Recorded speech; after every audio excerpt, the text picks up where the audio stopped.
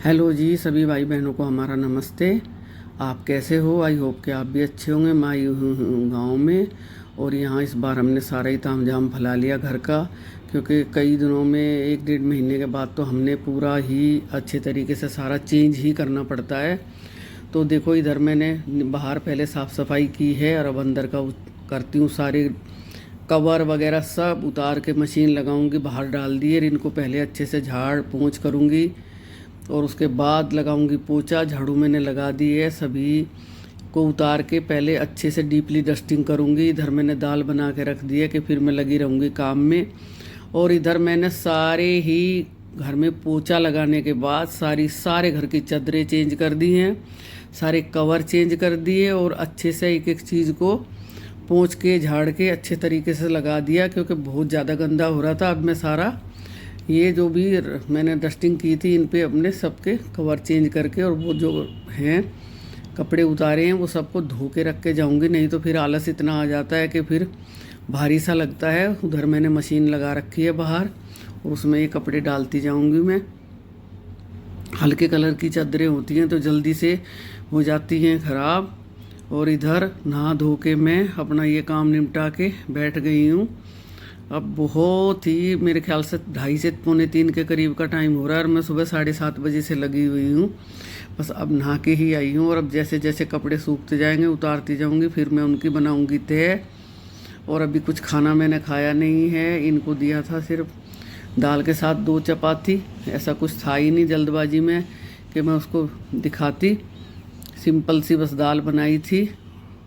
और खिड़की दरवाजे सारे पोंछने पड़ते हैं, समझ नहीं आता हम कितनी मेहनत क्यों करते हैं, क्योंकि आज करते हैं और कल बंद करके फिर चले जाएंगे। बस वही है कि मन नहीं मानता और सब कुछ चेंज करना ही पड़ता है। जो कपड़े टंगे रहते हैं वो भी झाड़ने पड़ते हैं अच्छे से, कोई मकड़ी वगैरह ना चढ़ गई हो, कोई छिपकली ना घुस गई हो।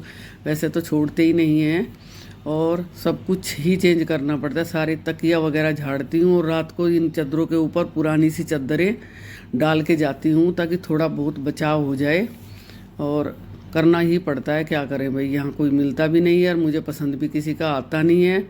और यहाँ पे तो कर ही लेते हैं, बाकी तो गुड़गांव में तो किसी न किसी को लगा के रखते हैं। और ये किचन वगैरह भी मैंने सब क्लीन की। इधर ये मलाई जमा रखी है, इसका मक्खन बना के लेके जाएंगे।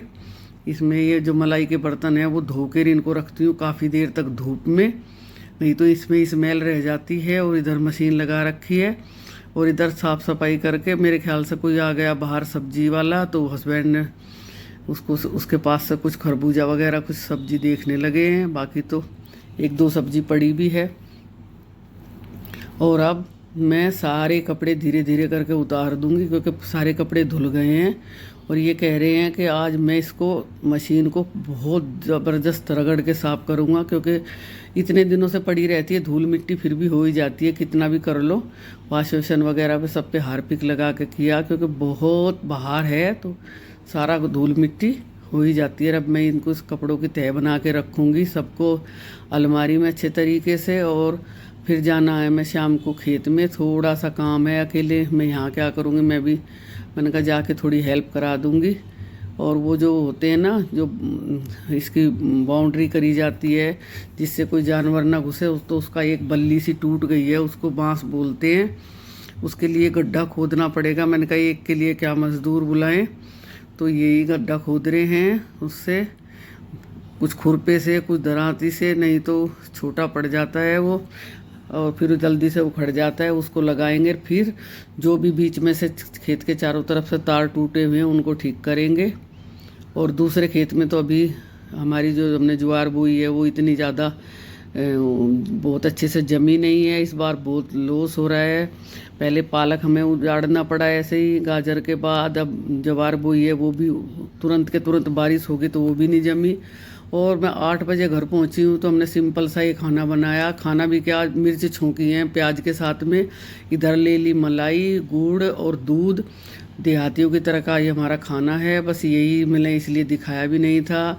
Thank you so much. आप कैसे हैं? आई होप कि आप भी अच्छे होंगे। मेरे चैनल को लाइक करें। और अब ये रात को हमने मलाई जो जमाई थी रात को, इसका घी बनाया और बंजारों